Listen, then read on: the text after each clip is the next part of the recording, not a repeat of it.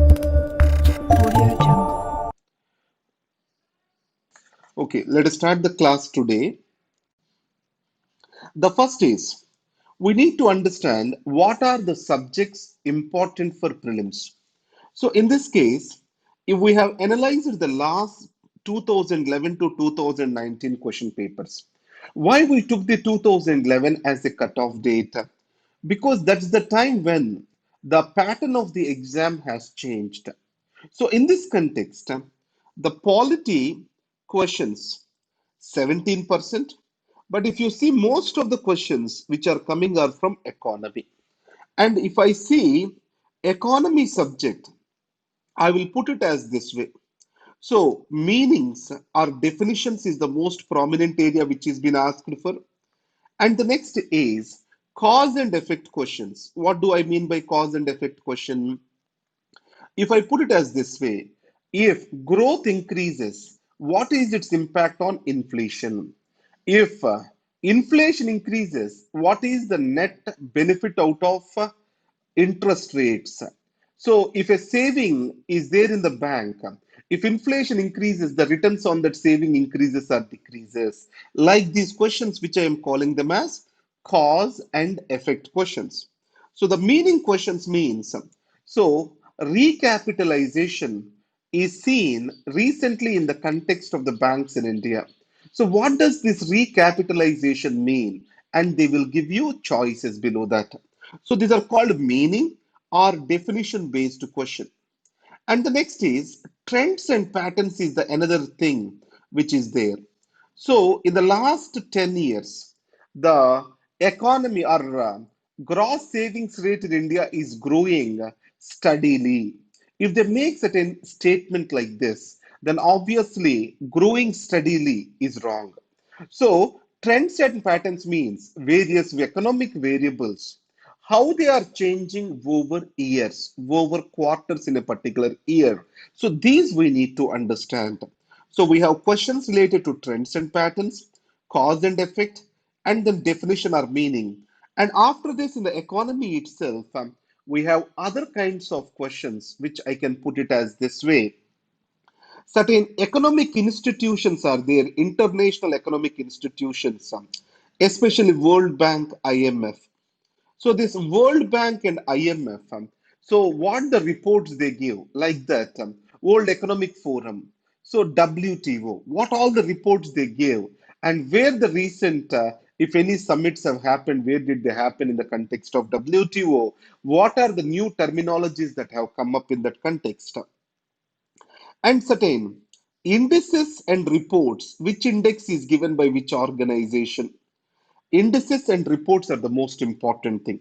So like this, and anyhow, we have our standard concepts, repo rate, reverse repo rate, etc. in the case of monetary policy, fiscal deficit, and fiscal policy, revenues, expenditure chart. And as we go to the balance of payments, current account, capital account, what are the components of that, how their present status is, and what is the state of economy is. These kind of questions, anyhow, they are being asked for. So concept based question and state of the economy based question. So current account deficit, how much is that? These kind of questions are being asked in the economy. So one strong area where around 20 questions on an average are coming is related to economy. So economy we have to thoroughly focus upon.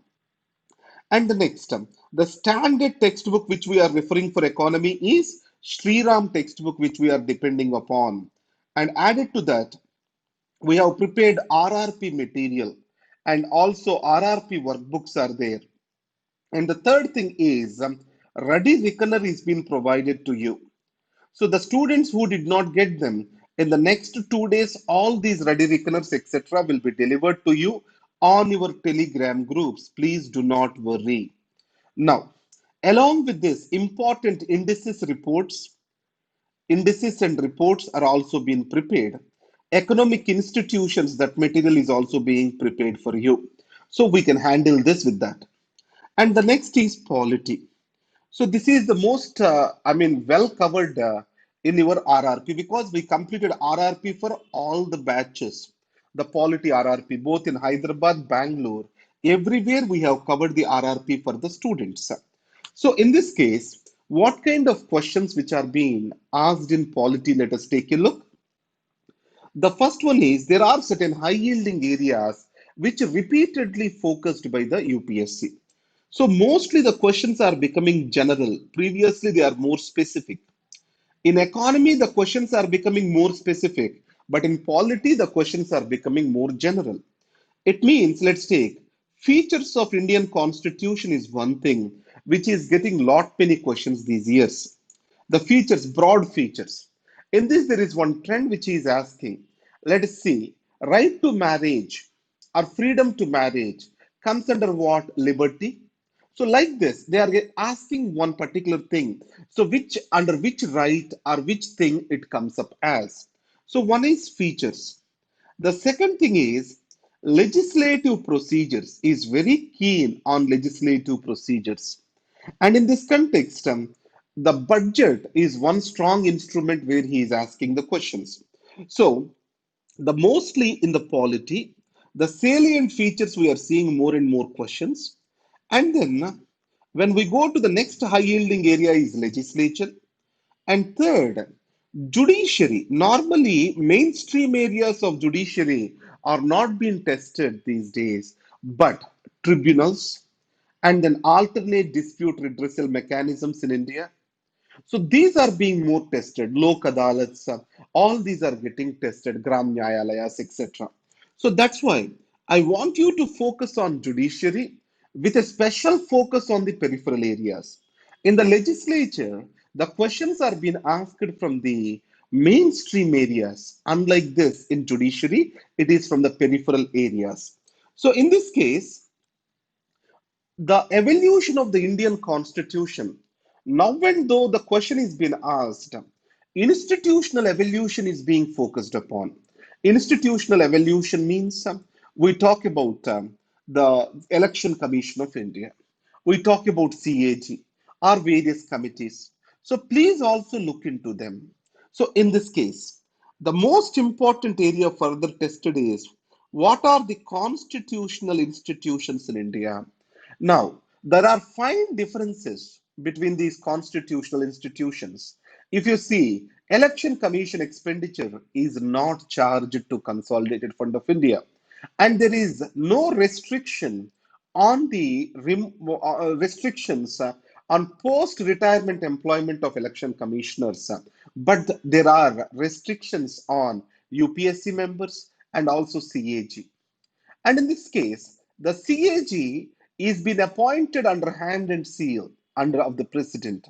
Now, CAG has got greater constitutional protection compared to other election commissioners. And the removal process of the election commissioners has become controversial. So, election commission being in the news, CAG with regard to Rafale deal being in the news, yes, those are the high yielding areas. So the institutions, the UPSC likes one institution that is Attorney General. So these kind of the things we always need to focus when we study for this particular examination. So when we go to the polity, the questions are simple. So polity, out of the 17 questions, I expect my students to answer at least 14 questions. Out of the economy 22 questions, I expect you to answer at least 15 questions. Now, the high yielding area which we have is the environment. So I have one issue over here. I want to be very clear and straight to you. So 50% of the questions of the environment are easy, and the remaining 50% are tricky. So when I talk about the environment question, I'll put it as this way. Questions, see, 18% are coming, average 18 questions, let us take. So in this, 9 questions are easy to answer. Plus 9 questions are most difficult. Where we are getting those questions is difficult to understand. In this case, IUCN red list, red data book is one prominent area. And the second, various conventions are made. What convention is about what? This is one thing.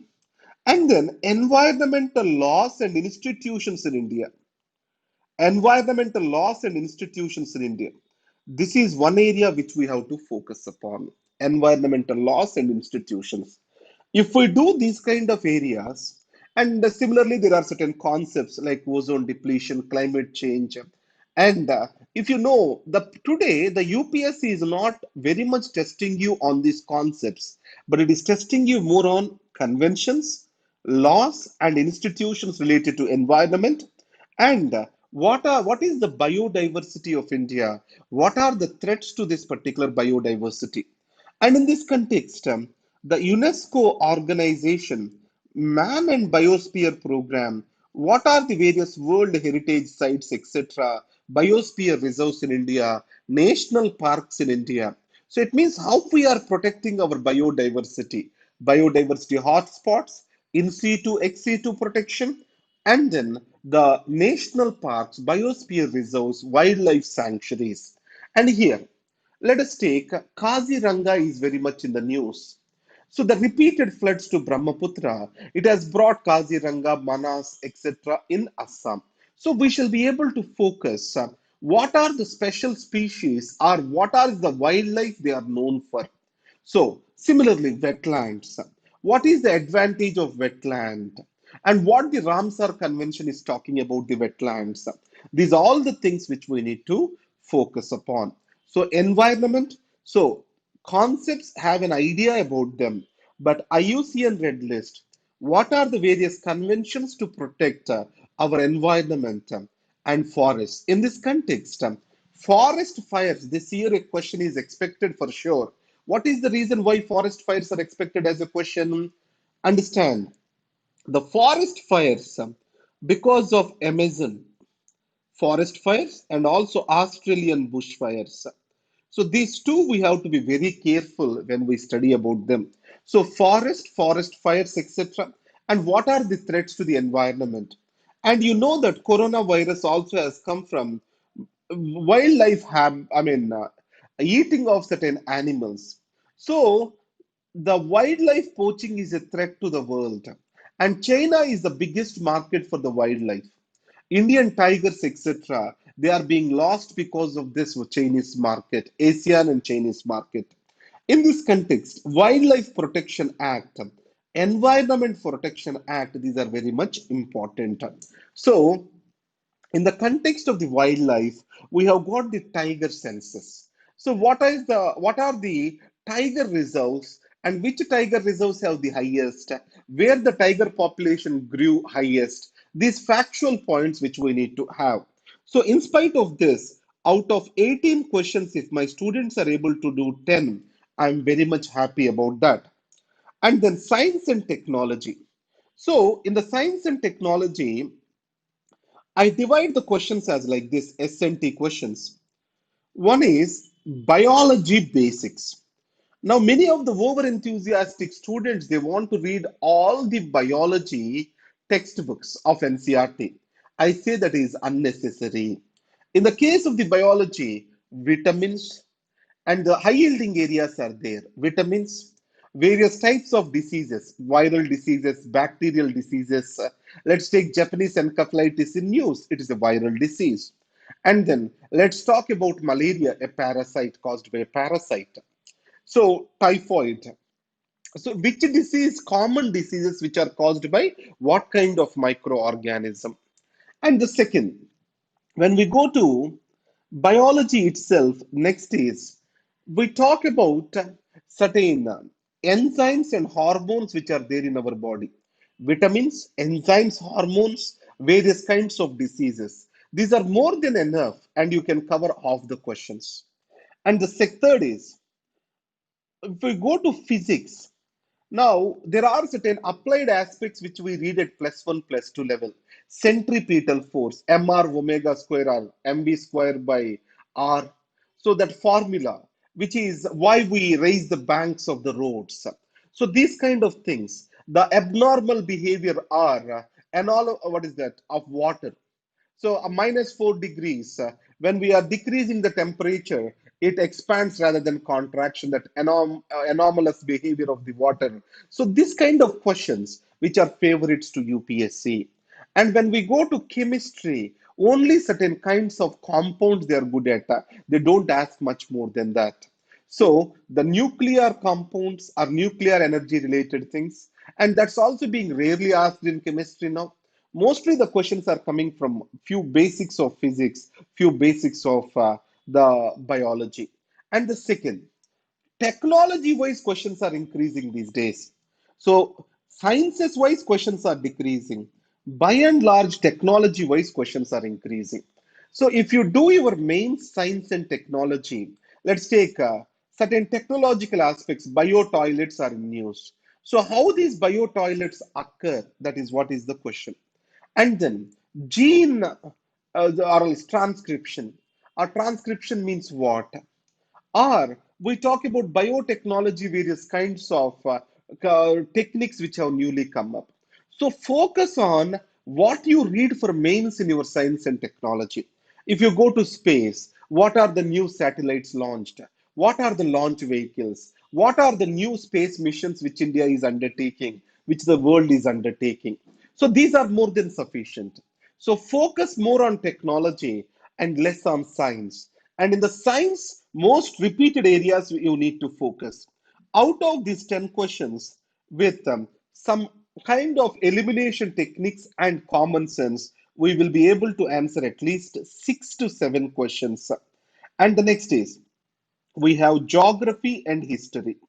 So geography questions, because what we did is geography plus various places in news which are related to various international organizations are been clubbed and kept in the geography category. So that's why the number of questions in the geography appears to be high. So geography, international organizations and their locations, etc., are also included in this places in news or the international organizations in news. So in this case, geography questions are more conceptual. Let's take what will happen, what is the vegetation gradation as we go up the, Himalayas. So the next is what is this particular latitudes, longitudes, how various variables will change. So these kind of questions they have been asking, and various kinds of climates across the world. Sometimes, rarely they ask the question. So this will be covered to you in depth by your geography teacher, Sandeep sir, in tomorrow's class. But my point here is geography, places in news, and organizations and international issues. Let's take Syria is there. Last time there is a question. Which of the following or else match the following question? So which city belongs to which country? It is came because in the case of this ISIS activists or ISIS terrorism, we have many places mentioned. So that's why that question was in news. So these all included in the geography section. So you shall be able to answer around 12 questions. These are very easy to answer once you go through the geography through maps classes. And second, if you are clear with your geography concepts, so 12 questions can be answered. The tricky area is history. Sometimes ancient medieval is totally neglected. If you see the last year's paper, all of a sudden it has become the favorite for UPSC. And some years, modern India is very much stressed out. So in this case, let us go with an objective that history, ancient medieval 40%, modern will be 60%. So in this case, modern, let's take 60% means around 10 questions. Here we talk about 6 questions. So out of 16 questions, we shall be able to answer at least 8 questions based on the difficulty level. If the paper is easy, you will be able to answer 12 questions. This shall be our target while we attempt for this prelims. Luckily, you guys got more time to prepare for prelims. Please do not waste your time. Right? Are we clear on to this? Now, so with this, we have talked about overall strategy related to UPSC preparation, how you shall get focus your marks onto various subjects. Now, when we talk about the environment, remember one issue. Environment, let me talk about a new thing. So, what is that? In case during this lockdown, how shall we prepare ourselves? How shall we gear up ourselves during the time of this lockdown? So, lockdown crisis, how it has to be handled. So if you think these are holidays, there is no better fool than you. These are not holidays. This is a continuance of your preparation. Please prepare. Don't consider them as holidays. So, what all the classes? Normally, when we prepare well, when there is a schedule around us, then we prepare well. Do you agree? The schedule is the most important thing which will gear up or gear us towards preparation. But most of the times when the student make their own schedule, they will not follow that. So in this context, making the schedule is the responsibility taken up by the institute. So what kind of schedule was given to you? So you know that our Gayatri campus schedule is being implemented for all the students, and every day 100 questions test is conducted to the students. Now, don't question anything. Now, two or three question paper or else some small mistakes are coming up, or answer mistakes. There are controversials. Please do not worry about that. Raise those questions.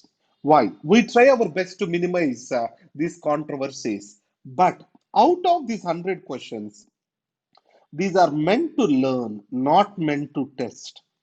So it means any new concept comes up, you need to do a retrospective study of those. Go reverse and study those. So a retrospective study, it makes you to get control over that particular topic. So writing a test a day is like an apple a day keeps you healthy. A test a day keeps you focused. So Gayatri Campus Test, it is available for you to everyone to online. And I already gave you a hotline number. Please go through that particular hotline number. So WhatsApp, because calls are too many, and you don't feel bad if the calls are not been answered. But this hotline number again I am mentioning over here, 9121240077. So you have to send only a WhatsApp message to this particular number. Only WhatsApp message is the medium of communication to this particular number. If you don't have WhatsApp messaging, you can send the SMS. Then we will get back to you. This person will send the respective department that particular grievance or doubt, etc. Then the respective teacher or the respective department person will come to your rescue. So the rescue time or else grievance redressal time, it is at best is 24 hours. Please use this number, note down this number, and you have to reach to this number only through WhatsApp or through SMS. Hope you understand this. So, rule number one, lockdown is not a holiday, it is a time to refocus and prepare well. And the next is follow the schedule which is given to you with regard to Gayatri campus. And the schedule is prepared in such a way that the RRP programs are integrated with it. Slowly, we are also going to integrate the Zoom classes which we are conducting now with this particular schedule. So, as this week we are just doing the overview of the classes, from the next week onwards, we may integrate the Zoom classes and RRP programs. RRP is already integrated with the schedule. The Zoom classes will also be integrated with the schedule. Hope you are clear on to this. Now, let's go further into the next slide. UPSC Diversity Index. You know that we give the test based on the diversity index. The HOD for this program is Srija ma'am. So we have developed LAEX diversity index based on the UPSC diversity index. When I see the question papers of most popular test series, they do not follow the UPSC diversity. Then we thought, we sat down together and we prepared this UPSC diversity index, which we follow in our tests. Now, most of the questions, almost 45% of the questions from 2011 to 2019, if we observe, these are single answer questions. But if you see your question paper, most of the questions are statement based questions. So obviously it is not in pattern of the UPSC. So that's why our question papers, we strictly follow this UPSC diversity index. So as you are doing other tests as they are popular, so you believe that that is the right way. No, You have to be guided by the only tests which are been previous question papers of UPSC. So like in La Excellence, I made sure that our R&D team is guided by this UPSC diversity index. Now, we have made the diversity only based on form. Now, next is we are developing the diversity based on style and also substance. So we are using R&D team is using this time to develop this style and substance and integrate that with the software. It means our question paper standards in the next 2 months are expected to increase further. So every day there is a scope for improvement. Now UPSC diversity index, if we carefully observe, 45%, that means almost 45 questions out of 100, these are coming from the single statement question, single answer questions. So these are the most easiest. If you have clarity, you can easily answer them. You can answer 30 to 35 questions. This is a very high yielding area. But the most difficult area is the two statement question, because in the two statement questions you can't escape, because one statement, one only, options will be like this, two only, both one and two, neither one nor two, like this the question will be. So it means you cannot play any elimination technique in the case of two statement questions, but three statement and multiple statement questions, yes, you can play the elimination technique. But here, elimination technique is almost useless. And the various tricks like extreme statements, only, shall, must, always, all these things also normally do not play up in the two statement questions. Two statement questions are facts. Now, they do not play up normally with the two statements questions.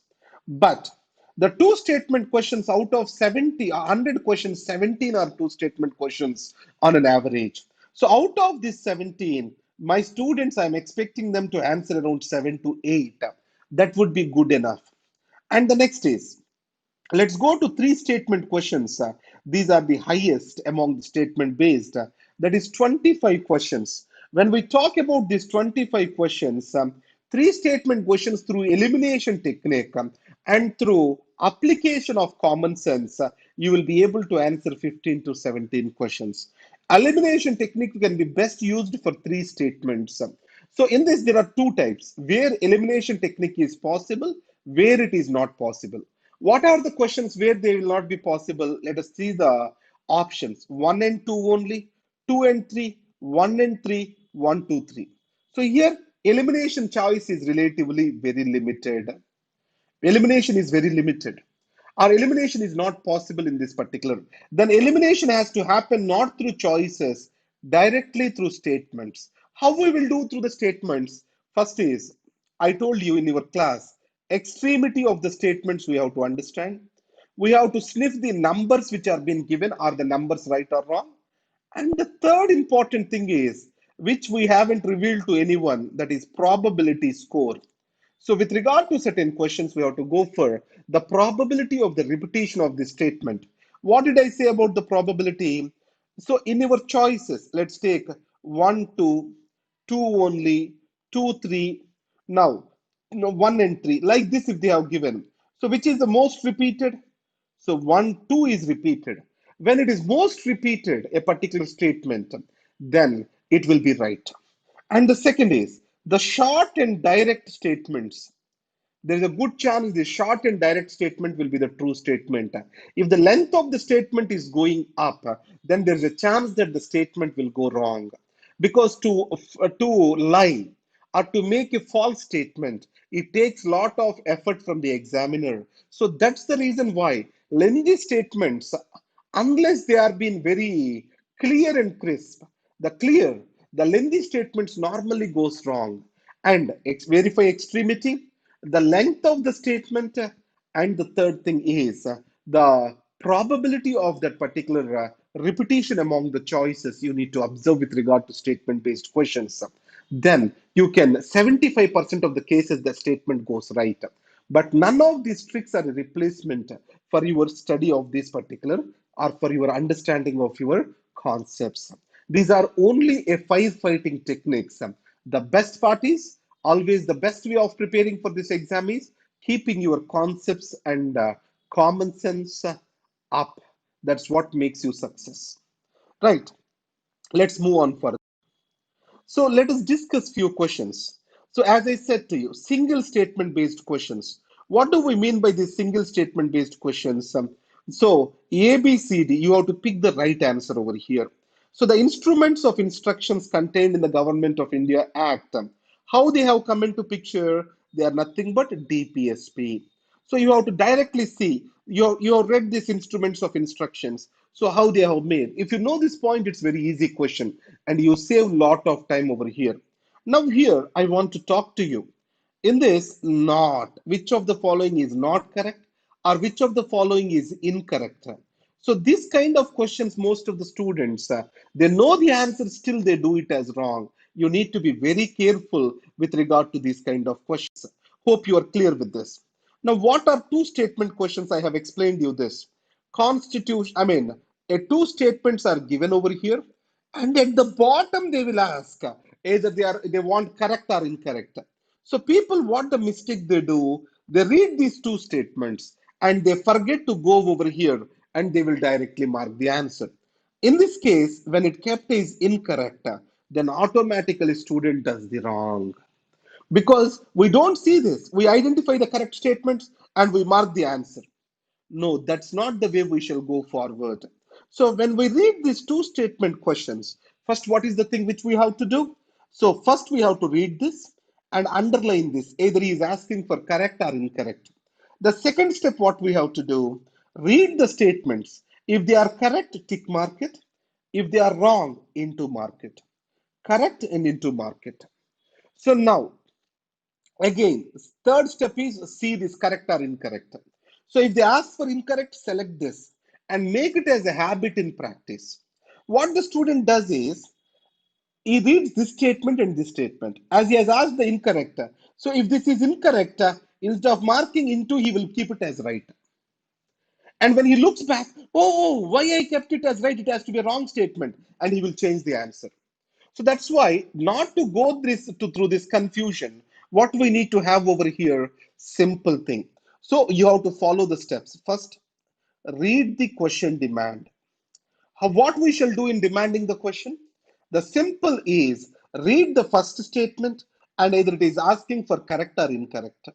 And then mark the correct statement with tick, wrong statement with into. And again, third step, see this. And then you have to pick the right answer.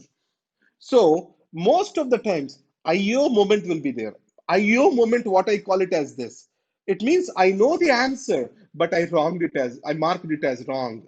And I see with many of the girl students, they start crying. I know this answer. I would have cleared prelims. I did this wrong knowingly. Stop it. Stop crying. Practice it this way. Now, another problem comes is reverse of the reverse statements. What do I mean by this? Reverse of the reverse statements. So places effective restrictions on individual liberty in the interest of state authority. Effective restrictions. Now, do not place any restrictions. If it given as like this. So he is keeping all, and he may ask incorrect statement. Here, do not. So no, both the nots is asking incorrect and is asking giving do not is making a negative statement. In this context, the number of students doing the question wrong is also high. So reverse of the reverse, it means he will ask incorrect and he will give an incorrect statement, and that statement will be negatively written rather than direct or positively written. So those kind of the statement student gets confused in the exam because of the exam tension. When it adds up to you, you tend to make the mistake on that particular area. You need to be very careful in that particular context. Next is three statement based question. As I told to you, so the consider the following statements, right? Statements which are correct he is asking for. Then what is the third step I have to do? I have to tick mark right and wrong. The Parliament Prevention of Disqualification Act 1959 exempts several posts of disqualifications on the grounds of office of profit. Next is the above mentioned act was amended 5 times. The term office of profit is well defined in the Constitution of India. So, We know this particular question. So in this case, how many times it is amended, we do not know. So normally students will not keep a trick to the detail. So then the term office of profit is not well defined in the constitution, we know. So Prevention of Disqualification Act, it can amend certain posts on the grounds of office of profit. It can not to be considered as office of profit. So this kind of statements when we have, so what we have to do, what we know, what we do not know. Then if we have one statement as a confusion, apply the rules of elimination. Then after applying the rules of elimination, then select the answer. So this is how we need to go. Here, I'm not here to make you practice these questions. I'm here to talk you about the techniques. So already we did answers for all these questions in RRP session. And then a test of all the previous questions is conducted, will be conducted to you tonight. Whatever the polity previous questions are there, these all questions will be conducted as a test to you tonight. That's why I'm not giving you any answers over here. So this test of previous questions, all of you have to take it. So to understand the previous questions seriously. Next, multiple statement questions. It means the statements have to be more than three. Now these statements, all the statements being correct is very rare. Now in this case, again the technique is the same. Now here see, elimination technique, how it's work. 2, 2, 2, 3 times 2 is repeated. And one's first statement is also repeated 3 times. 4 is repeated 4 times, observe. So do I need to read the fourth statement? Not at all, because fourth has to be obviously an answer. It means I have to talk about 1, 2, 3, I have to play around. So in this context, it is more or less for me is a three statement question. 1, 2, 2, 3, and then one only, 1, 2, 3 is the choices which are reduced to.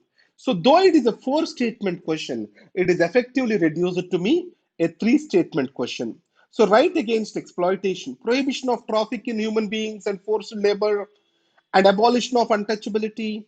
Abolition of untouchability, we know that it comes under right to equality. Yes or no? So it means two shall not be an answer. So when two is not an answer, then obviously what all are eliminated? This is eliminated, this is eliminated, this is eliminated. Right. Then what do we left with? C is the answer. So it means in this, I need to know only two things. So fourth, by seeing the choices, I'm not looking at that. And then if I know one is the right answer, then obviously only I have two things to worry about. So I'm looking at, so sorry, abolition of untouchability is second statement. No. So it means this is a wrong answer. So I have to choose between this. B is been gone. Right, A and D are my choices. So I am able to eliminate 50% of the choices based on this. So what I did in this, how I applied the elimination technique, I'm really sorry. So first is I have saw which is the choice existing in all the cases. That is 4. Then it has become a 3 point question. Then I have seen this. I have eliminated a wrong statement. Abolition of untouchability is wrong. So this is a wrong statement. So 2 shall not exist in the answer because he is asking for correct statements. So 2 shall not exist. It means what? Second, A shall not exist, and then B shall not exist, D shall not exist. So the answer has to be C. That is how I have did this particular answer. So if I know only one statement, it's though four statement question, effectively it's a single question answer for me. It's very easy to do. This is how you have to apply the elimination technique in this particular context. Are we clear on this? So don't panic on seeing this. First, start seeing the choices. In this, which is a common choice, especially in the multi statement question, this works very well for you. Are we clear, sir? Let's move on further. Match the following based questions. So, in this, correctly matched, or he may give incorrectly matched. Which of the following are incorrectly matched? Or he may give another style of question in the match the following. Now, he will give this A, 1, 2, 3, 4, which are incorrectly matched. 1, 2 only. Like this, he can give the question. Now, he can give you to identify a single and this thing, or he may ask you, Which of the following might be incorrectly matched? So 2, 3 like that. So it means the multiple choice, the match the following questions can be coming in various styles also. This is one of the style which is mentioned to you. Jawaharlal Nehru, which committee? Rajendra Prasad, which committee? So which is correctly matched? Now, which is incorrectly matched? This is one way. Or which of the following are incorrectly matched? He can give a next level 1, comma 2, B 2, comma 3, like that next level of questions he may give you. So this is what we need to be careful about. So these are the different types of the questions. So just now we saw form based questions. In this, match the following. Though he is asking for one answer, see, he is trying to test entire concept and here over here. So various committees, he is testing the entire concept through it. What are the various committees? So entire chunk is tested through this. And these questions invariably, no analysis, these are direct facts. Match the following questions are direct facts. You know or you do not know. So these are direct facts. Statement based questions, single answer questions. You can apply the concept, logic, reason, analysis, elimination technique, etc. So to make these answers possible. In the match the following question, do I know it or not? Because these are fact based. If you know it, you will do wonders about it. The next part of this is, let's go RRP 2020 materials which are going to come to you. What all the materials? Many of the times in our institute, the biggest complaint of the students is what materials, when they will come, we do not know. This is how the students talk about. Now, let us see this way. Now, I think the lecture is a bit fast to you. DVR sir just sent a message to me. I will try to slow it down. So let's talk about the materials which are going to be released to you. Polity Ready Reckoner is released. Previous year's booklet is released. Practice papers are released to you. So it means immediately every day we have to focus on doing polity, and we have to entirely focus on polity because all the things are there with us. Economy Ready Reckoner is released. Previous year's papers, these are at the DTP. It means next 2 days they are expected to come to you within the next 2 days. So in this case, in this next 2 days, so economy, RRP is also done, and RRP access will also be provided to all the students. So economy is one strong area which we have to focus during this lockdown. And Geography of India and World, it is Ready Reckoner is released, current affairs are also released. So the third which we have to focus is geography. Now, the remaining things, modern history, ancient, medieval, these are all in the progress. So, first set of this, which we have to focus and finish, are polity, economy, geography. These are the three subjects which you have to focus. And then modern history, ancient, medieval, science and technology, these are in focus. And then we need 7 more days to get this because we already prepared the material. It is held up at the level of TTP or at the level of review. Once it is done, those will be released to you. So, if anyone who did not get these materials, please send it to the helpline number. They will message you those things. And with regard to current affairs, schemes consolidation, within next 2 days, you are going to get this material. Economic survey also within 2 days, you will get this material. Budget, governor generals, these are all the high yielding areas. History, governor generals is high yielding areas. Important personalities, historical evolution of constitution, various institutions of India, international organizations, tribes in news, diseases in news, environment and new conventions which have come up, environmental acts and policies, endangered species. All these materials will come to you. In this, already few are released to you. Endangered species, acts and policies, environmental acts and policies, and then historical evolution, important personalities in the history of India, which is a high yielding area again, governor general's budget. These are being released. The next is the tribes in news is also released. 1, 2, 3, 4, 5, 6, 7 is released. We will also release explanation videos to you on part of these particular areas, which are very high yielding areas. Now, Let me put it as topics versus year-wise number of questions. Next slide with regard to polity. Now I am coming into polity mode, exclusive polity mode. In this exclusive polity mode, so which is the most high yielding area? That is parliament and legislature. This is the most high yielding area. So legislature is one thing which we have to focus upon. Next, see constitutional, non-constitutional bodies. How many questions?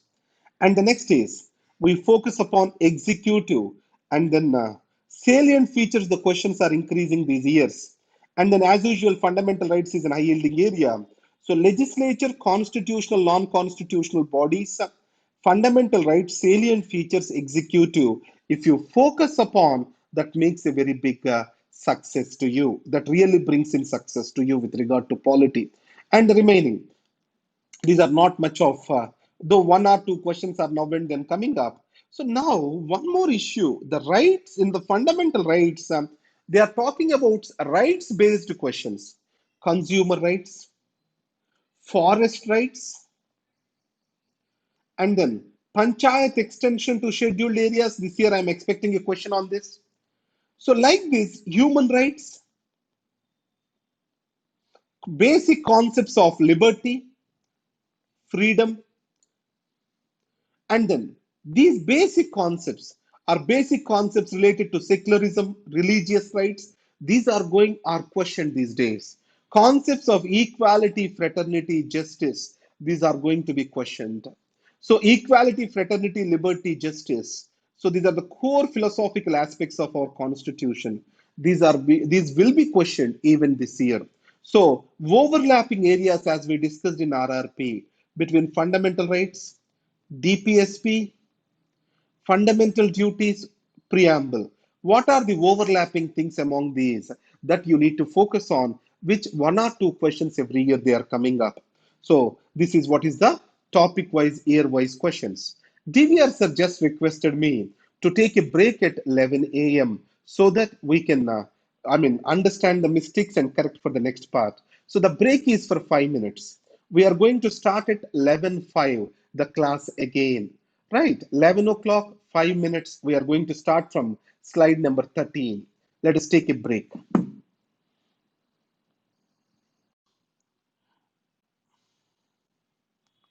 Just see the students. Now, what I am trying to say is the number of questions in 2017 are 23. These are reduced to 15. Now they have come down to 12.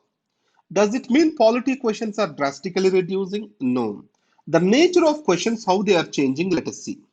Now, if you observe, the areas which are high yielding have changed. So it means the parliament and the state legislature, these have become a very high yielding area. And then salient features have become a high yielding area. Fundamental rights, as usual, is the high yielding area. Now, in this context, UPSC more repeatedly testing few areas in the static part. And second, more and more questions now are deflected towards the current affairs. What do I mean by this? So, Rajasthan, so Madhya Pradesh, Karnataka, anti-defection law was very much in the news. Because of this anti-defection law, we can see disqualification of MLAs, MPs, our 10th schedule and provisions of the constitution, and Supreme Court judgments related to that. These can be the questions. And then various articles are in the news. Ordinances, 123, 213, powers of the governor. So these are all current affairs dynamic topics. So these topics will be tested to you. So the static areas questions are relatively coming down and the number of current affairs areas are increasing. So that's why you feel that the number of questions have come down. So the number of questions from the static areas have come down. So in the current affairs, what we have to focus now, what are the political institutions which are there in the news? And then what are the political institutions mean? Let's take a Niti Aayog. That can be a question. What are the indices given by Niti Aayog can be a question. Or which of the following are the functions of Niti Aayog can be a question. So that institution is being tested to you now. And then interstate, river water disputes. So, and you know that interstate river water disputes with regard to this permanent commission, permanent tribunal is being created. What is this permanent tribunal? What is article related to that? So, permanent tribunal is actually the parliament authority to create that. But this parliament authority was given through the constitution. So, what is the constitutional article? So in this case, normally we get confused. 263 Interstate Council. 262, is it Interstate River Water Disputes Act or not? Are Parliament power to enact on interstate river water disputes or not? So you have to, recollect that in your mind repeatedly. So that way, what all the articles which are related to this and in news, more and more you recollect, the chances of you answering these questions will increase. So this is the trend which you have to observe. And there are two takeaway points. The UPSC is more and more restricting itself to few important topics. One is legislature, because the current affairs in legislature are many. Why the current affairs in the legislatures are many? Because of disqualifications, anti-defections, powers of the speaker, and speaker playing a mischievous role with regard to defections. That's why the parliament and legislature, their significance, the news surrounding them have actually increased. And the second is in the liberty, equality, justice. These concepts, how they are portrayed across our fundamental rights, DPSP, those areas are being tested. And to what extent, the overview holistically the features of the Constitution, that is the most tested area. So that's how UPSC, as I said to you, in polity, UPSC is moving from specifics to general. This was my statement earlier. That's what I meant to explain you here. The next one is polity based previous year's questions. In this, what are the most common questions which are being tested? These are single statement questions. So, polity UPSC's favorite is single statement questions. So that's why the polity is a very easy subject to answer, because in other subjects you may get around 30-35% of single answer questions. In polity, you get around 55 to 60% of the questions as single answer questions. So that's why you need to do not worry, because polity questions are going to be easy. But one year, I think last before year, they made a trick with polity questions, especially with regard to president's powers, etc. They made certain tricks. But keep your mind cool and you can answer polity questions very easily. So that's why come with your doubts on polity questions. Now, constitutional development. So if you see these questions, consider the following govern this thing.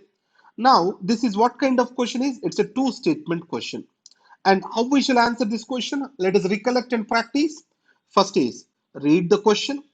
That is, which of the following are correct? Underline the word correct. And then see the statements. Constitutional government is one which places effective restrictions on individual liberty in the interests of state authority. Not in the interests of the state authority, in the interests of the citizens and their freedoms. The restrictions are meant to be kept in the interests of citizens. Places effective restrictions on the authority of the state in the interests of individual liberty. Yes. So this is what is the constitutional government. So the constitution is meant to protect you. In the process, it also keeps certain restrictions on the citizens which are reasonable to ensure order in the society, reasonable restrictions. The first statement is false, second statement is right. So what is the answer we have to keep? So two only, because he's asking for correct. If he would have asked for incorrect, then what is the answer? It becomes one only. So this is the practice, though it appears very simple. Most of the students does mistakes over here. You need to be careful. And the next is instruments of instructions. They come from where? They come from directive principles of. They are nothing but reflected as directive principles of state policy. Not which of the following objectives is not embedded in the preamble? As I said to you, preamble plus fundamental rights plus DPSP fundamental duties. They have a flow. Let's take about liberty. Liberty of thought, expression, belief, faith, worship. So these are the things which are there. So these are mentioned in preamble. Then this also comes in fundamental rights, but in a different wording. So UPSC is also looking for do you exact wording, do you know or not? So not embedded in the preamble. See, liberty of thought, yes. Liberty of expression, yes. Liberty of belief, faith, worship, yes. But is economic liberty is there? Economic liberty means the society has to be capitalistic. Economic liberty is never spoken about in our constitution. So we are actually a socialistic country. So our constitution talks about socialism. So economic liberty is nowhere mentioned. But justice, social, economic, political justice is mentioned. Equality, what is that? Equality of status and opportunity. But justice wise, social, economic, political. He just played between, in the place of economic justice, economic liberty. So he plays those words. And if you are conscious and you repeatedly read, so through this question, I am going to emphasize the principle repetition. Many of the times, students confront me, sir, why you give less time and make us read more times? So I ask you to, I'll give 3 hours to complete your polity or some chapters. I ask you to do 6 times the same thing in your revision module. In Gayatri campus, one of the students has actually fought with me on this. The process here is simple. The retention comes with repetition. Retention and repetition, they are intricately connected with each other. So, if you want to reproduce, retention leads to reproduction and recollection. So, the recollection is important for prelims. Representation or reproduction of the information is important for mains. So, repetition leads to retention leads to recollection, and also reproduction of the information. That way, it serves the prelims and mains. That's how this flow of the things happen. Hope you are clear on this. Now, the mind of the makers of the Constitution is reflected in which of the following? Again, it is in the preamble. So, if you talk about the preamble, there are various explanations or adjectives comes to this. So, preamble, it is like the lighthouse of the Constitution. It is kind of unraveling the mind of our constitutional forefathers. It is the Constitution in its brief, or it is the preface to the Constitution, or it is the Constitution in nutshell. So, preamble based question. Preamble is a general thing. As I said, two questions are becoming from specific to general. So, as the questions are becoming from specific to general, so preamble is an area which is related to general. And then salient features of constitution related to general areas. So, preamble is a general area. So, you need to have complete control over the preamble. So, the mind of the constitutional makers is reflected in what? Preamble. Next is law and liberty. Now, this is a controversial question. So, liberty means, so this is there in your NCRT textbook. This concept is there in NCRT textbook. So, citizenship rights, etc. So, it is also is asking general or specific. Is asking question which is general. So, the basic relationship between law and liberty. So, law. What kind of laws we have? We have certain laws which are positive, which are meant to create welfare of the people. Certain laws which are protective, like take scheduled tribes, SC/ST Prevention of Atrocities Act, and certain laws which are regulatory. So it means we have to accept that there are different types of the laws which are made by the legislature. These regulatory laws are meant to bring in order. So when they are trying to bring in order, obviously they will restrict the liberties. Now here the first concept is when they are trying to bring order, they are restricting the liberties. So law, can it restrict the liberty? Yes. Why the law is trying to restrict the liberty is it is to bring in order. So with order, disorderliness, chaos compromises the liberty. Anarchy compromises the liberty. So to beat this chaos and anarchy, we have to bring in order. So in that way, if we see that this order coming through law is not actually restricting the freedoms, it is providing actually the liberty. So it means your freedoms are restricted to provide you for liberty. So that concept wise, if we see, laws are meant to provide you for liberty. Anyhow, positive laws which are giving you welfare, which is fulfilling your basic needs, they provide higher goals to you in life. You don't need to worry about your basic safety, food, etc. It creates higher goals. It is meant to create positive liberty. Now, whenever we violate the law, you can be arrested. So this arrest is a violation of the law. So in this context, why this law has to exist, why your liberty is being restricted, again, it is to maintain greater order in the society. So from this conceptual understanding, there are more laws, there is less liberty. If there are no laws, there is no liberty. If there is liberty, laws have to be made by the people. If laws are changed too often, liberty is in danger.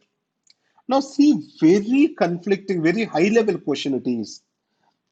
Now, if there are no laws, if I go to the statement, if there are no laws, there is no liberty. That can be a possible explanation.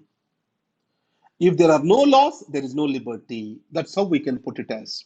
So either the laws are made by the people or dictators, etc. The laws can be restrictive and regulatory. So we need certain laws. I mean, if you say there are more laws, there is less liberty. So, what kind of the laws? If it is, I say, welfareistic things, obviously the statement goes wrong. So, if there are more laws, more means what kind of more laws is the question. If there are no laws, there is no liberty. Yes, that's an absolute statement. If there is liberty, laws have to be made by the people. Either it is the nature of the law that defines the liberty of you, it is not who made it. If the laws are changed too often, liberty is in danger. So, laws are supposed to be changed to the changing circumstances. So, what is meant by this is vague statement when he's talked about too often. What is meant by too often is the question. So, that's why the relatively which fits into my set of things is B. So, this kind are higher conceptual questions which you have to focus upon. Which of the following are envisaged right against exploitation in the Constitution? In the previous session, I have explained to you about the technique. What is the technique I discussed? Any question comes up, what he is asking for correct or incorrect, these two have to be seen. And the next is, it's a multi-statement question. So what we have to do, we have to eliminate which is there in all the choices. So it means a four-statement question has become three-statement question. Now in this case, now what is the point? Right against exploitation. Now I know that the second statement is absolutely wrong. So abolition of untouchability, it is Article 17. It is under equality rights, you all know. So it means second can be eliminated. Then this goes off, this goes off, this goes off. Then answer will be C. So that is how, even if I know one point, I can make wonders over here. I need to know only one point. Right? The technique I told you. Now, this is about fundamental rights. Is it a general question or a specific question? This is a specific question. If they ask about the features of fundamental rights, or why fundamental rights are necessary in a democratic country, or why fundamental rights are important for constitutional governance, when we talk about these things, that question becomes generalistic. Here, actually, is talking about a specific fundamental right. So that's why this question is specific question. So in the specific question, prohibition of traffic S, it is Article 23. Forced labor, it's also spoken over there. Interest of minorities, these are Article 29, 30. And then untouchability, Article 17 goes into equality. Prohibition of employment of children in factories, Article 24. So 1 and 4 are the right statements over here. Sorry.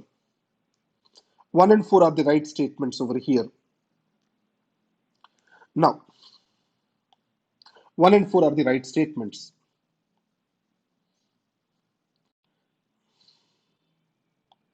So let's go further to this question.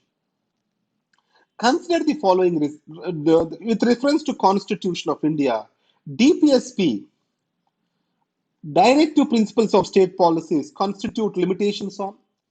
Are DPSP are a limitations or a positive function or a negative function? This is a general nature of DPSP, a general question. DPSP are a positive function or a negative function? Please tell me. These are actually positive functions. They are not limitations. They are providing for directives for positive action. So it means the limitations itself is wrong or not? Yes,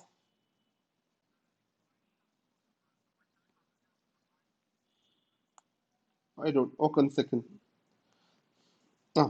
Okay, now. So now let us see this question. So with reference to the Constitution of India, the directive principles of state policy constitution limitations on, they are not limitations on anything. They are actually positive instructions for the legislative and executive action. So they want us to, our government, to make laws on these particular aspects. So obviously both of them are wrong. They are not limitations. They are not at all limitations. Then neither one nor two has to be the answer. Now, consider the following statements again regarding the directive principles. So, when we go for the directive principles of state policy over here, the principles spell out socio-economic democracy in the country. The provisions contained in these principles are not enforceable by any court. So, he's talking about nature of the fund DPSP. So, again, is it general or specific question? Which of the following are Gandhian DPSP? That's a specific question. Which of the following are the features of DPSP? A general question. So if you observe, overview of the topic is most important. Whenever you study the polity, the students, when they come with a remotest point rather than seeing the macro perspective of that question. So if you see DPSP, so what kind of democracy between, let us see, fundamental rights versus DPSP. Fundamental rights are meant to give political democracy. They are for civil rights. Most of them are civil and political rights. Now, when we go to DPSP, these are social and economic democracy. And then, what kind of rights?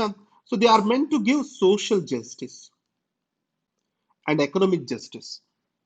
So, these are fundamental rights. Are you can go to Supreme Courts and High Court, enforceable. You know, Article 32 to 26. And when we talk about this DPSP, they are non-enforceable by the court of law. That is the fundamental difference. Now, are DPSP inferior to fundamental rights? No. They are non-enforceable does not mean they are inferior. Why? Because at the economic status of the country, at the point of time, made the DPSP non-enforceable. Because to implement the DPSP, government needs a lot of resources. As these resources are not existing, that's the reason why this has come into this particular issue. So non-enforceable. So it is due to the deficit of resources, not meant to make the DPSP inferior. So fundamental rights are not superior to DPSP, but there is a relationship which has been established, and that is called balance between fundamental rights and DPSP. You know this point already. Balance between fundamental rights and DPSP. What is that? So this is the part of the basic structure of the Constitution. Article 1419, when they come in conflict with Article 31B, 31C, which will prevail? 31B, 31C will prevail. This is what we call it as the balance between fundamental rights and DPSP. So this balance is the part of the basic structure of the Constitution. Now let us see next part of the question, fundamental duties questions. Which of the following are of the true of the fundamental duties? Now, here, one question which UPSC is trying to ask you is with regard to fundamental rights, difference between legal rights and constitutional rights. Though this is not right, let me explain you the UPSC mind over here. First question UPSC asking is the first you need to ask, is this right is there in the Constitution or not? If it is there in the Constitution, yes, this is right. Now, within the Constitution, is it part of the part 3 of the Constitution? If it is in the part 3 of the Constitution, this is right. But part 3 is also part of the Constitution. No. So every fundamental right is also a constitutional right. But now, which are not mentioned, the rights which are not mentioned in the Constitution, UPSC considering that as legal rights. This has become a highly controversial question with regard to right to vote. In the right to vote, it is UPS, it is there under the Constitution. So it is a legal right because it is not under the fundamental rights, it's also a legal right. It is also a constitutional right. But UPSC has given answer for the constitutional right. That is the part of the Constitution. Hope you are clear with this. Now, similarly, fundamental duties, they are non-enforceable. We also have legal duties which are made by the law. Now, payment of taxes, income tax and other taxes. This payment of taxes is a legal duty. If you don't do the legal duty, you are punishable. If you don't pay your taxes, you can be sent to jail, arrested and sent to jail. But fundamental duties, if you are not following it, there is no problem to you. So there is no legal enforceability unless Parliament converts this fundamental duty into a legal duty. Let's take flag code is there. So you have to honor the national flag. But if the flag code is not there, then you will not be arrested for violating the national flag. So that's how. So fundamental duty can be made into a legal duty by the law of the Parliament. Now, a legislative process can be provided to enforce these duties. Next is no, there is no legal enforceability. They are correlative to legal duties? No, they are independent from legal duty. Neither one nor two. Next, relationship between rights and duties. We have absolutely, remember carefully. So, see the statement here. Rights are correlative with duties. Rights are personal and independent of society and duties. Rights, not duties, are important in the advancement of the personality of the citizen. Duties, not rights, are important for the stability of the state. Now, duties, not the rights, which are important for the stability of the state. Now, see what shall be the relationship between the rights and duties of the citizen? Now, rights are personal, hence independent of society and duties. No, these rights, etc., we have to see. When you see these topics, don't you think these are very wrong? These appears very wrong. Rights, not duties, are important for the advancement of the personality of the citizen. And responsibility is also part of the personality. Duties, not rights, are important for the stability of the state. No, if you protect the rights of the citizens, then only the state can be stable in a democracy. So, in this context, some rights are correlated with the duties is only the thing which fits into this discussion. So, if you see this, you are getting a particular thing. When you read these statements, your heart will not go for this. This appears that they are statement wise, they are very wrong. Because from the greater understanding of the things, this appears to be very wrong. So, laymen also will have an issue in answering this. Now, so the Parliament exempts several posts from the disqualification on the grounds of office of profit. Yes, Prevention of Disqualification Act 1959. It has kept certain offices not to be considered as office of profit, yes or no. So that way, that is a right statement. The above mentioned now, the term office of profit is well defined in the Constitution. This is a wrong statement. If I know only this point, I can make the answer. Don't worry. This 5 times amended, 10 times amended, I don't need to bother about it. Why? Let me explain it to you. The term office of profit is well defined in the Constitution. No. So, if it is well defined, why do we need again, a detailed law on that? Why we need that? If I know this statement is wrong, absolutely, I know. Because office of profit is not defined well, that is the biggest challenge here. So, in this context, third statement is wrong. See, if the where the third statement is absent, only in option A. All the other options, wrong, wrong, wrong. This is the answer. So, though it appears to be a three statement question, it is actually a single answer question to me. So that's why why it is in the news if you understand. Office of profit are rights and privileges of the legislature. Like that, there are certain gray areas of the constitution. These gray areas are not clearly defined.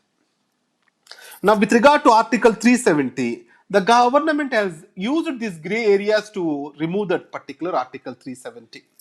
So it means what are the gray areas of the constitution? If you remember, you can immediately make an answer in this type of questions. So that's why the gray areas of the constitution, where there is no clear definition in the constitution, clarity in the constitution, that is one important area UPSC looks at. Now, regarding the money bill, which of the following statement is not correct? ఇక్కడ మనం పప్పులో కాలేస్తాం. So we may lose the point over here. Which of the following statements is not correct? Now here, reverse of the reverse statements. Be careful of this. Not of the not statements. Here there is not, and in these questions also sometimes not comes up. So, not of the not statements. Please be careful when you answer that. Now, a bill shall be deemed money bill. You know that what are the provisions related to money bill? Article 110. First, A, B, C, D, T. A, B, C, D, T. So A, B, C, D, T means appropriation, borrowing, custody, declaration of expenditure as a charged expenditure, any imposition of taxes. This is the formula we discussed, right? Money bill, it contains only provisions relating to imposition, abolition, remission, alteration, or regulation of any tax. Next, a money bill has provisions for the custody of consolidated fund. So, imposition, abolition, remission, alteration, and regulation of any tax. Is that a money bill or not? Yes. A money bill has provisions. This is the right statement. Custody of the consolidated fund of India. Though only is there, this is the red mark. But still, this is the direct statement from our text, Article 110. So, we don't need to worry. A money bill has provisions for the custody of consolidated fund of India or the contingency fund of India. Yes, that is C, custody. Is concerned with the appropriation money out of contingency fund of India. Appropriation of the money out of consolidated fund of India. That's how we need to remember. So that's why this statement is wrong. Now, borrowing of the money is regulated by money bill. Yes, that comes under the definition of money bill. So appropriation of, just see this way. Okay, so that's how we go for this. Now, Now again, cabinet form of government. Is this a generalist question or a specialist question? Specific question. It's a general question. Why? This is coming from salient features. What do we mean by cabinet form of government? The most important point of cabinet form of government is collective responsibility and collective decision making. This collective responsibility, anywhere if it comes as a word, that is the answer for me. So salient feature.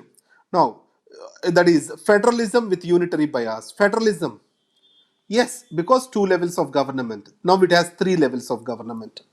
So, and then we talk about cabinet form of government. Yes, collective responsibility is there. Next is unitary bias. Then what are the features that makes it unitary bias? So like that, you need to understand cabinet form of government means collective responsibility. Why it is called parliamentary form of government? Executive of the day is answerable and accountable to the legislature. The executive of the day is answerable and accountable to the legislature. So that's why it is called parliamentary form of government. That is the central point you need to remember. Next, in this, which option has this particular collective responsibility? That is there in the C. Obviously, answer is going to be C. Next, with reference to Parliament of India, consider the following statements.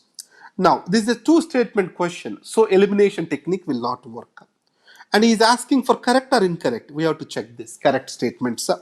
A private member's bill is a bill presented by a member of parliament who is not elected but only nominated. No. What is a private member bill? Any bill which is presented by any member who is not part of the government. It means who is not a minister.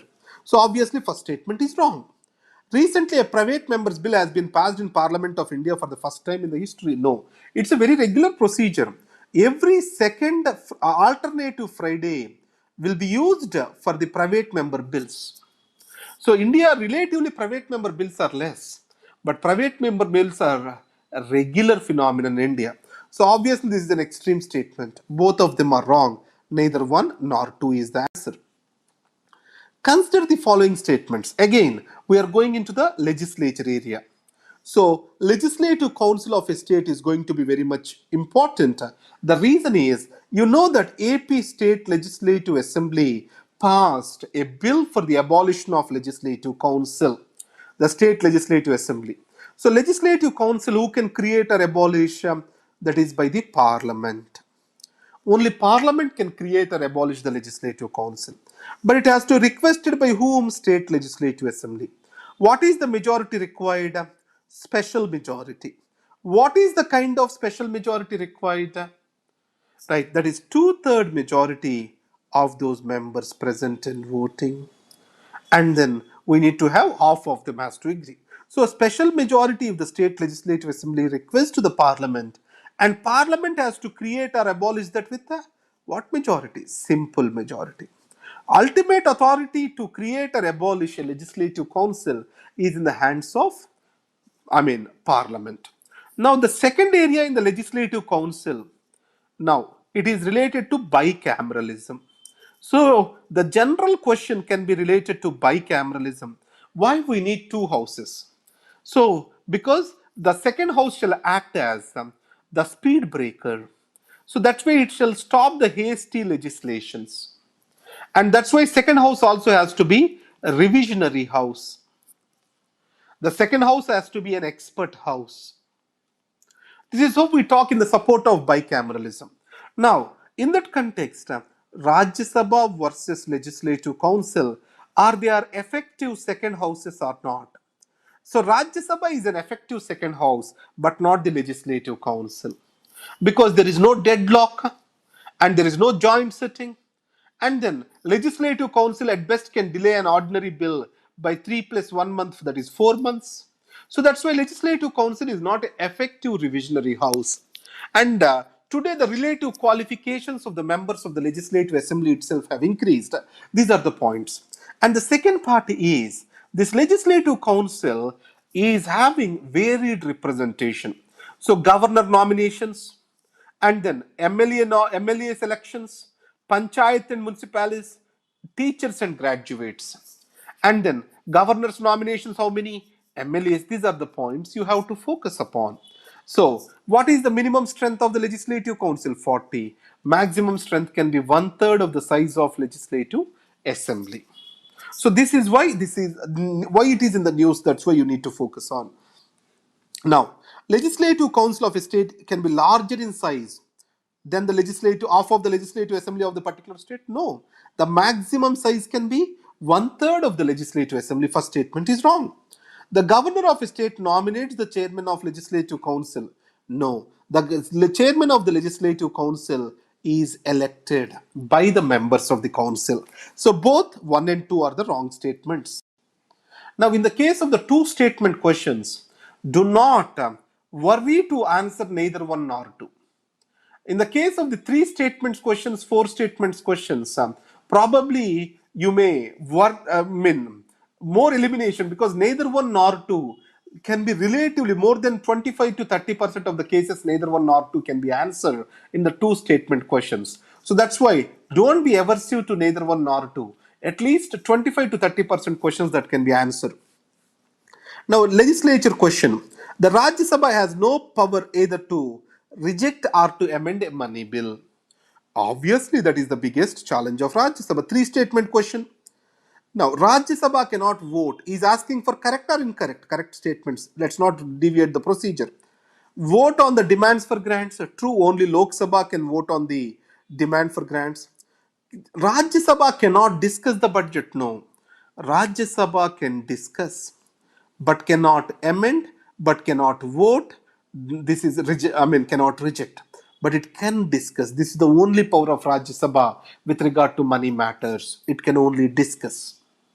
And with regard to charged expenditure, Lok Sabha and Rajya Sabha both only can discuss. With regard to all money matters, Rajya Sabha can only discuss. Right. And with regard to ordinary bills, Rajya Sabha can discuss, amend, and can go for deadlock, can go for joint sitting, all this. With regard to amendment bill, Rajya Sabha can discuss, amend, reject.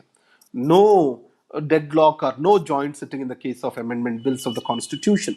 So obviously the third statement is wrong. 1 and 2 are the answers. 1 and 2 only. Now, what will follow if a money bill is substantially amended by the Rajya Sabha? So I call it as general question or specific question. So in the case of the legislature, the passage of the bills, this is the most important area. And then composition of the houses, and then powers of the speaker are the leaders of the house. These are the areas which have to be checked out. One is bills, how the various bills are passed, who are the leaders, What are the houses, their composition, and their relative status? That is a very useful question. These are the three areas which are tested. Money bill is substantially amended by Rajya Sabha.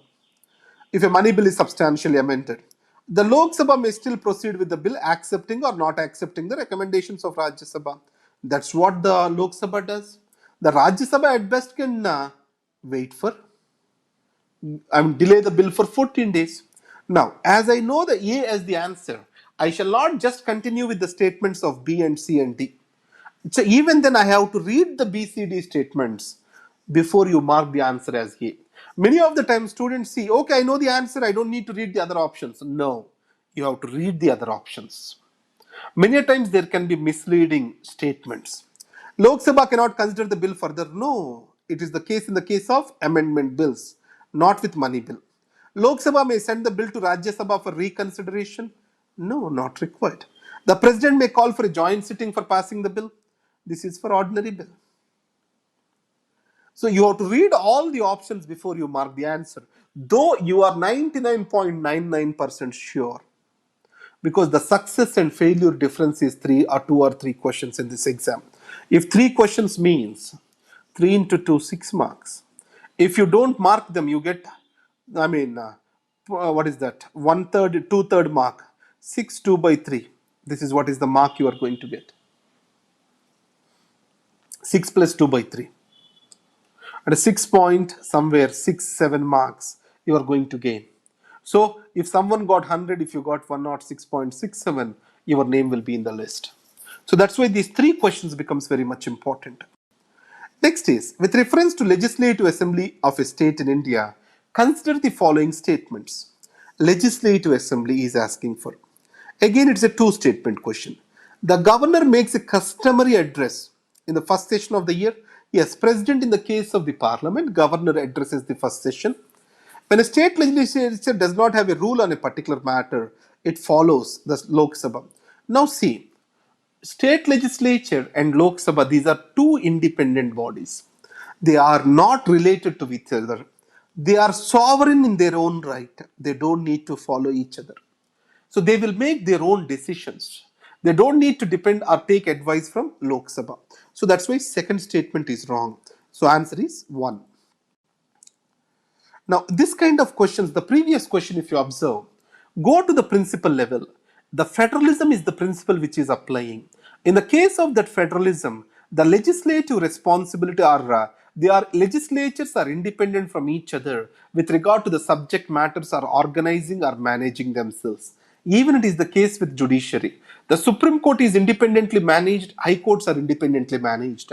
Supreme Court has no administrative jurisdiction over the High Courts, though it is an integrated judiciary. See carefully. The Supreme Court do not have administrative jurisdiction of the High Courts. Who has the administrative jurisdiction of the High Courts? That is the Chief Justice of the concerned High Court. Who has the administrative jurisdiction of the Supreme Court? That is the Chief Justice of India. Now, which of the following statements is correct? Is asking for correct statement. It's a single statement, single answer question. Now, same person cannot be appointed as a governor for 2 or more states at the same time. Wrong. The 7th Constitutional Amendment Act has made it possible. You know, Governor Narasimhan, who acted as a governor for AP and Telangana. The judges of the High Court of the states in India are appointed by the governors of the state, just as the judges of Supreme Court are appointed by the president. You know that judges of the Supreme Court or High Court, they are appointed by the President of India. In the process of the High Court, he consults the governor of the state and also the Chief Justice of the High Court. So this is a wrong statement. Now, no procedure has been laid out in the Constitution of India for the removal of governor from his or her post. Now, it's true. In case of union territory, having legislative setup, the chief minister is appointed by the legislative lieutenant governor on the basis of majority support. See carefully. Union territory which has a legislative setup, the chief minister is appointed by the lieutenant governor on the basis of majority support. Now, this is a true to you or not? See carefully. So C appears to be true. D also appears to be true for me. Why? No procedure has been laid down in the constitution for the removal of his or her post. Union territory, let's take Delhi. Who has to appoint the chief minister? Who has to conduct the oath of office to the chief minister? Obviously, the lieutenant governor. But on the basis of majority support. Majority support where? In the state legislative assembly. This is an incomplete statement for me. Majority support of MLAs. If you have made such a statement, majority support means majority people support? I don't know. So that's why I consider this statement as some incomplete. So I went through this. But by and large, both statements are close. But there is some incompletion in this statement. But if you go through this statement, there is a conflict. Governor enjoys the office or during the pleasure of the President of India. So what is meant by this pleasure of the President? How this pleasure has to be exercised is not mentioned clearly in the Constitution. That's why it's a grey area. Now, with reference to the Constitution of India, let's do some questions in judiciary. What did I tell you on judiciary, sir? So peripheral areas are also important in judiciary, like tribunals, lok adalats, gram nyayalayas, all these are important. Now, no high court shall have the jurisdiction to declare any central law to be constitutionally invalid. High courts also can declare central laws as constitutionally invalid because these are also the constitutional courts. An amendment to the Constitution of India cannot be called into question by the Supreme Court. No.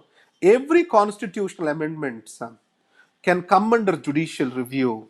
If they violate the basic structure of the Constitution, they can be declared as null and void. Now, if you see NJAC, it has amended Article 124. It has come into question before the judiciary. It is declared as null and void because this is violating the basic structure of independence of judiciary. So answer is neither one nor two. How is the National Green Tribunal is different from National Pollution Control Board? Now see this question carefully. So the NGT was established in that year newly. So NGT has overlapping functions with CPCB because CPCB, Pollution Control Board, also has quasi-judicial functions. So how these are different from each other? One is tribunal, another one is an executive body. What is the difference between a tribunal and executive body? This is what is indirectly the question was.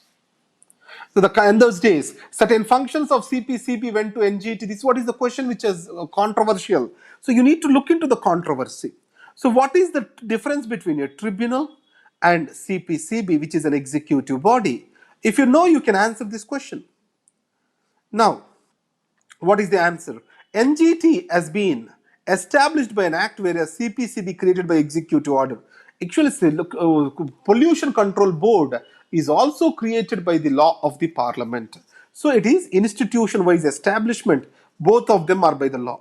NGT provides environmental justice, burden of litigation in the higher courts. CPCB promotes the cleanliness. Yes. So CPCB is more an executive body. This is the executive function. This function is the function of a tribunal. So that's why, so this the NGT is a tribunal. CPCB is an executive body, enforcement authority. So these two are important. So this is the difference which has been explained. That's the right statement. So any institution when you talk about, it is a constitutional body, statutory body, or executive body. These points we need to know first. And the next is, you need to go what is the difference between them, which is the most important thing. That is what we need to understand. Next is, let's go to the next thing, that is, in India, judicial review implies. What is judicial review? So making sure that any law or order of an executive is in accordance with the constitution. That is the judicial review. So it is the proper pronounce on the constitutionality of the laws and executive orders. Exactly, that is the definition. Power of the judiciary to question the wisdom of the laws enacted? No. The judicial review is not a negative function. Remember carefully. The judiciary has to take the legislature in positive confidence. And unless someone takes the matter to the judiciary, it will not look into it. So this statement is wrong. So the power of judiciary to review all the legislative enactments? No. Unless someone has to take that, then only it goes up. Judiciary is not going to check all the laws. Judiciary is not going to look into every law made by the legislature. It takes the law in a good spirit. It means that every law is constitutional unless proven otherwise. So to make that, it means when a case is filed in the Supreme Court, you have to prove that law is not constitutional. The judiciary will not automatically assume that the law is unconstitutional. So the judiciary's auto mode is every law is constitutional. It has to be proven beyond doubt that it is not constitutional. So it means the person who is challenging the law, he has to prove that it is not constitutional. Then only it will declare it as unconstitutional. Now, in judiciary this year, the post-retirement postings of the judges can be a question. You know that Justice Ranjan Gogoi issue is become very controversial, being appointed as MP Rajya Sabha. And when Mr. Sadashivan, the Chief Justice of India, he was appointed as Governor of Kerala, that also has become controversial.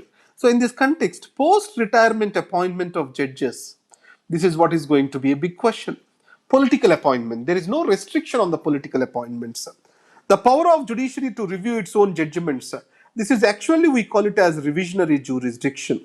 So answer is A.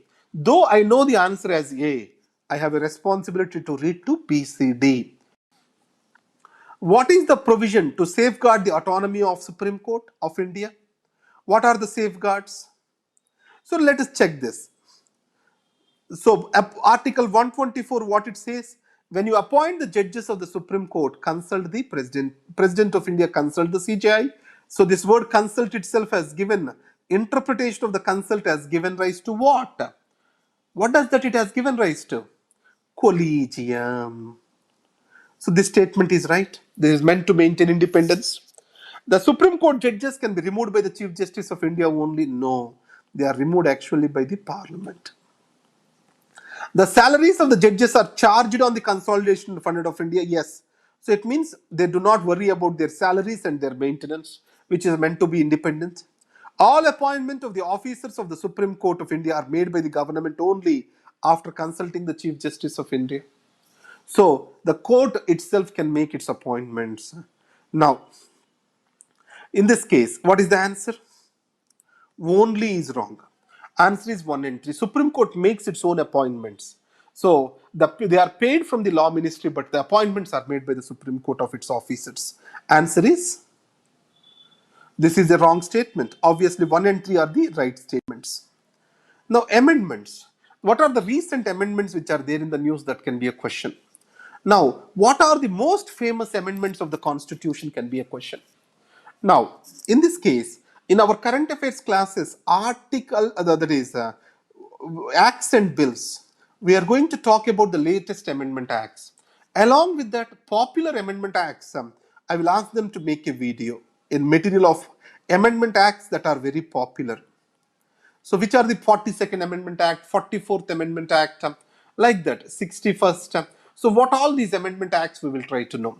Over and above 99, 100, 101, 102, 103. So these are very much in the news. We need to know about those amendment acts.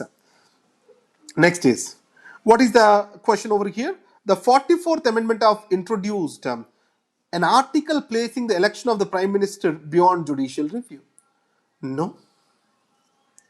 No, because the Prime Minister of India is appointed by the President of India, who is the legislative leader of a particular party which has got the majority on the floor of the House. Next, Supreme Court of India struck down 99th Constitutional Amendment Act. Yes, it is NJAC. It was struck down on the grounds that it is violative of the independence of judiciary. Yes, the second statement is right. He is asking for correct statements. Now, let us see further these questions. Now, amendment to the Constitution of India can be initiated by an introduction of a bill in the Lok Sabha only. Constitutional amendment can be introduced in both Lok Sabha or Rajya Sabha. So it is a wrong statement, yes or no? If such an amendment seeks to make changes to the federal character of the Constitution, the amendment also requires to be ratified by the legislature of all the states? No. 50% of the states, not just legislature, it is only legislative assembly. 50% of the state legislative assembly has to ratify that with what majority? Simple majority. So obviously, Is this statement right or wrong? Wrong. What he is asking for? Correct statements. Both of them being wrong, neither one nor two is the answer. Now let us see this question related to local governments. Let me make a small statement. Which are the compulsory provisions in 73rd, 74th Amendment Act? Which are non-compulsory provisions where discretion exists to the state legislature? In this non-compulsory provisions, functions, finances, functionaries. Remember three F's which are most tested. And these compulsory provisions, and in this case, uniformity of legislative structures. And then what else we have? Certain institutions have come up, uniformity in elections. These are all the things you need to understand.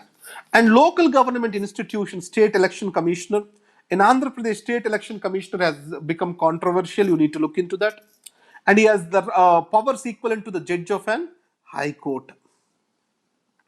State Finance Commission. And we also have certain other institutions like Metropolitan Planning Committee and then District Planning Committee. So you need to know about these particular institutions which are there in the news. Now, the minimum age prescribed for any person to be a member of Panchayat is 25 years. Is that true? So it is actually 21 years. This is a wrong statement. The Panchayat reconstituted after premature dissolution continues only for the remainder period. Yes. Let's take a Panchayat is dissolved after 3 years. The newly constituted Panchayat after 6 months of the election will be there in power for the remaining 1.5 period. 3 years it is dissolved. Within 6 months the election was conducted. 3 years 6 months is over. The remaining 1.5 year it will be in operation. That is the true statement. So, in case of the local governments, you focus on what are shall, which are must performed by the state law, and what are the discretion of the state legislature. That is one thing on 73rd, 74th Amendment Act. The next is Grama Sabha powers under PISA Act, and then Forest Rights Act and what are the provisions and Grama Sabha powers. Please look into this. In Jharkhand, this entire PISA Act was very much in the news. So there is one group which has come up. So this group has publicized this PISA Act. So they are going to keep the plaques before the entry of every village. Just exactly don't remember the name, recollect the name just now. But PISA Act they have publicized. That's how it become very much news. Now, as I said to you, PISA Act will be very much important. No? Which of the powers of the Grama Sabha in PISA Act? So the powers of Grama Sabha under PISA Act, and then PISA Act and Forest Rights Act. What are the overlapping functions? This can be a question. Long time I'm expecting a question on this. Forest Rights Act and PISA Act overlapping functions. In this case, Grama Sabha has the power to prevent alienation of the land in scheduled areas? Yes. Has the ownership of the minor forest produce? Yes. Is required for granting prospecting license or mining lease for any mineral. It is not any mineral. Only in the case of minor minerals, Grama Sabha permission is necessary. Not in the case of every mineral. The third statement is wrong. Answer is B only. 1 and 2. This is B. B only. The next is federalism questions. So federalism questions, the most important area they look at is what are the institutions of federalism? And the second, what are the committees on federalism? And the third thing, which are the federal features of Indian Constitution? Which are the unitary features of Indian Constitution? If you remember these three things, this topic is very easy. Now, see the question. Which one of the following suggested that the governor should be an eminent person from outside the state, should be detached figure, without the intense political connects or links, and should not have taken part in politics in the recent past?